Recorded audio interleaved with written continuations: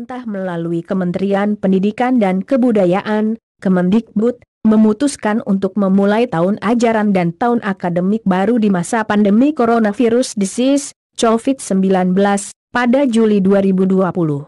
Hal itu tertuang dalam pembahasan bersama gugus tugas percepatan penanganan COVID-19, Kementerian Koordinator Pembangunan Manusia dan Kebudayaan, Kemenko PMK, Kementerian Agama, Kemenak, Kementerian Kesehatan, Kemenkes, Kementerian Dalam Negeri, Kemendagri, Badan Nasional Penanggulangan Bencana, BNPB, dan Komisi 10 DPR RI.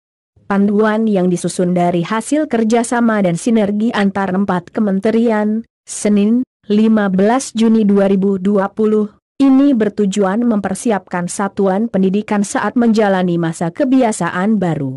Menteri Pendidikan dan Kebudayaan, Mendikbud, Nadiem Anwar Makarim mengatakan, prinsip dikeluarkannya kebijakan pendidikan di masa pandemi COVID-19 adalah dengan memprioritaskan kesehatan dan keselamatan peserta didik, pendidik, tenaga kependidikan, keluarga, dan masyarakat.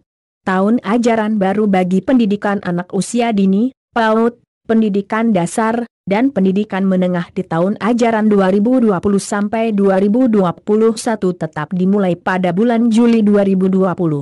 Namun demikian, untuk daerah yang berada di zona kuning, oranye, dan merah, dilarang melakukan pembelajaran tatap muka di satuan pendidikan. Satuan pendidikan pada zona-zona tersebut tetap melanjutkan belajar dari rumah, ujar Mendikbud Nadiem Anwar Makarim pada webinar tersebut. Terkait jumlah peserta didik, hingga 15 Juni 2020, terdapat 94% peserta didik yang berada di zona kuning, oranye, dan merah dalam 429 kabupaten kota sehingga mereka harus tetap belajar dari rumah.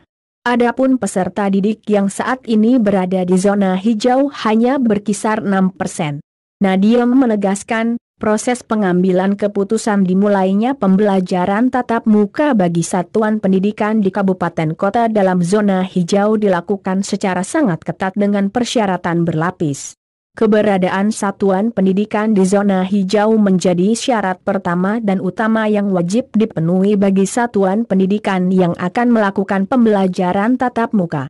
Persyaratan kedua adalah jika pemerintah daerah atau kantor wilayah kantor Kementerian Agama memberi izin. Ketiga, jika satuan pendidikan sudah memenuhi semua daftar periksa dan siap melakukan pembelajaran tatap muka. Keempat, orang tua wali murid menyetujui putra-putrinya melakukan pembelajaran tatap muka di satuan pendidikan.